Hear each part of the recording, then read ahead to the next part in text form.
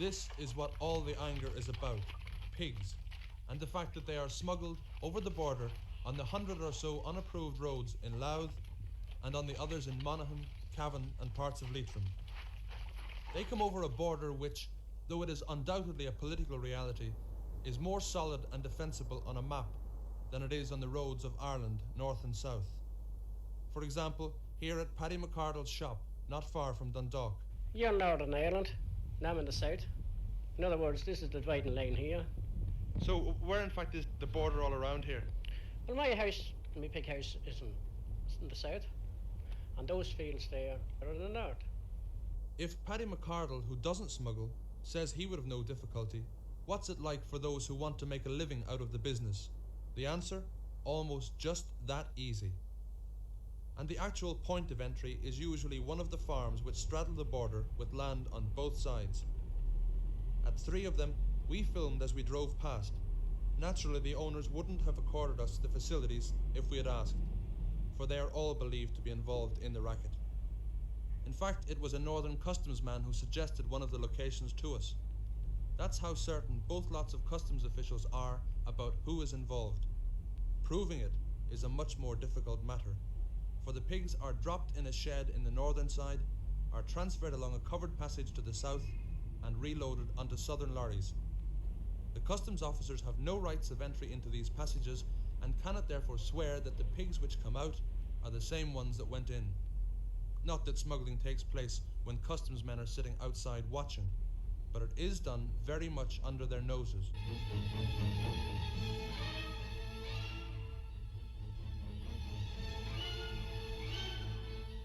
NFA men from the area have decided to form vigilante patrols which can build up a dossier on suspected smuggling cases and present it to the customs. For it is the non-smuggling pig farmer who feels himself hard hit by the profiteering of the few. The NFA reckons there are about 12 big-time pig smugglers on the border. In Louth, the local farmers say they know 4 in their area.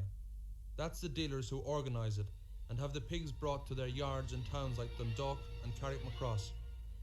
Estimates put the number of smuggled pigs between 4,000 and 6,000 a week, and the profit on each pig for the top men, probably £1 to 22 and 6. For the hauliers, the farmers whose land straddles the border, they get 3 to 4 shillings a pig. But with each lorry carrying about 60 animals, it makes a tidy addition to the week's wage, and tax-free. And why do the NFA vigilantes care so much? Vigilante because there's large-scale pig smuggling going on in this area, and we hope to carry out a survey and pinpoint who's at it, and maybe force the customs authorities, that means the revenue commissioners, to take stronger action against these pig smugglers. What, in fact, can you do to stop it? Well, legally we can do nothing. We have no power to intercept or stop a lorry or any individual on the roads. All we can do is pick up lorries, follow them to their destination, and find out who's handling these pigs, what factories are handling them, and so on, and then report back to our headquarters or our leaders. Now, who are your leaders, in fact? Well, our leaders are the NFA headquarters. You say that there's large-scale smuggling in this area, but have you the evidence to prove that it's actually large-scale? Well, we know that there are convoys of lorries driving pigs every day of the week, 6, maybe 7 days, and these lorries contain anything 70, 80, up to 100 pigs each, and they are working non-stop almost.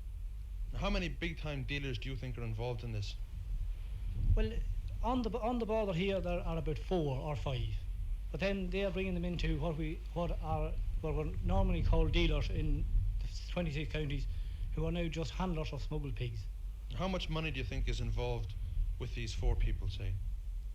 There's about 5 to 6,000 pigs a week at a value of close on £20 each. This is around about 100 to 120,000 pounds of the pigs each week coming into the 26 counties.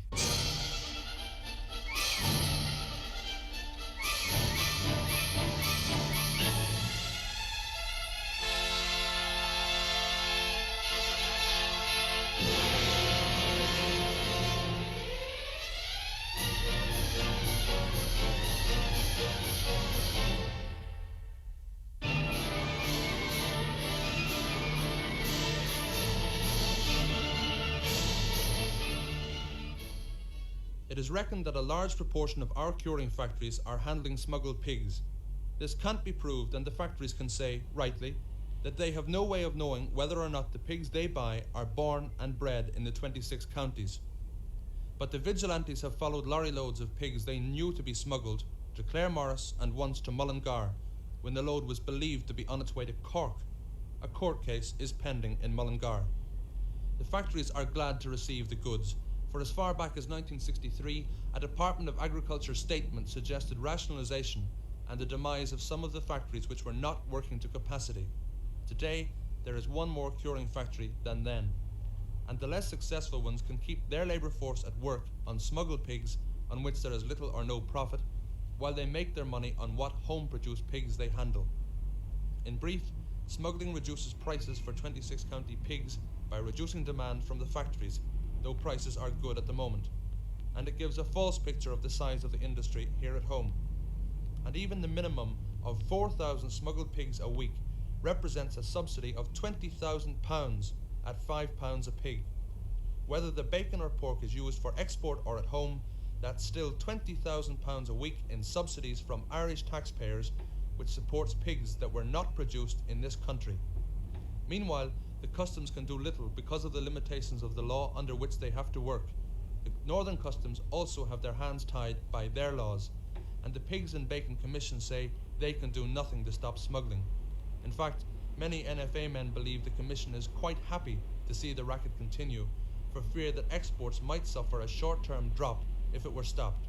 So the Vigilantes keep up their own personal vendetta against the smugglers. Why do you think it's necessary to go to such bother to try and stop the pig smuggling? Well, this trade has developed to such an extent at the present time that we feel as a farmers organisation that it is our duty to expose this and to highlight it and bring it to the notice of the authorities. What harm does it do you? Well, we feel that if it continues on at on its present scale and is developed much further, that it may undermine the whole pig industry in the 26 counties. How? Well, these men, these smugglers, are handling such vast numbers of pigs that it may eliminate the competition between the factories, and that there's a danger that they won't be so anxious for farmers' pigs, and that may have an effect on production. But now you told me that you've been threatened by the smugglers. What form did these threats take? Well, they're smart enough not to have threatened us directly. All these threats have come second-hand. Now you talk a lot about haulers, pig factories, dealers, scouts. Everyone seems to be involved in smuggling in this area the way it sounds sometimes. Now, is this all real? Do you really know who's involved in it, or is a lot of it imagination? Oh, well, it's definitely not imagination. Actually, there's not that many involved. There's only a small number of people actually involved in the smuggling, and we know all their names and all the lorries. I think the most serious part of this is that a number of men are actually constructing premises for no other purpose than pig smuggling, and that there is a danger that this may develop to such a stage that it would have serious consequences for the whole industry. Now, how much cooperation do you get from the Gardaí and from the customs authorities in trying to stamp this out? Well, we have met them, and they have advised us as to what we should do. I suppose the best way to answer that question is to state that we give them all the cooperation we possibly can. Well, is the law, in your mind, strong enough? Oh, definitely not. I think it's true to say that the customs men and the guards are doing all in their power to bring this scandal under control, but that under the existing law that they haven't sufficient powers. And the day we filmed the Vigilantes, incredibly, they were in luck. One of the patrols that left the crossroads came across what they claimed was an attempted transfer of 2 loads of pigs from northern lorries to southern ones at a border farm.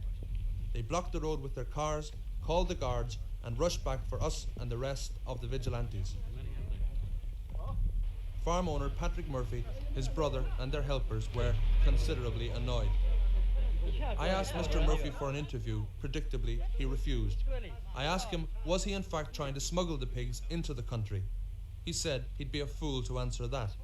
I asked him why he thought the Vigilantes had blocked his road. He said they were jealous because they had once been smugglers themselves. He added that they are making more money than he is at the moment. Meanwhile, his brother was in the farm in the north where the pigs had been taken off the northern lorries. He brought one of the southern registered lorries back to his own farm 100 yards down the road. He made his annoyance obvious. Fuck off, Dad. Right. You see.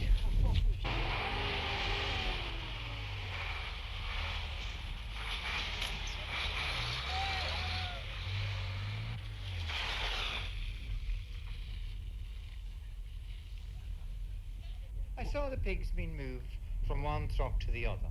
Well, there's not very much can be done because if there had to be a few minutes later, we suspected that they would have been taken into the state. But we just caught them a little before they were ready to come in, we suspect.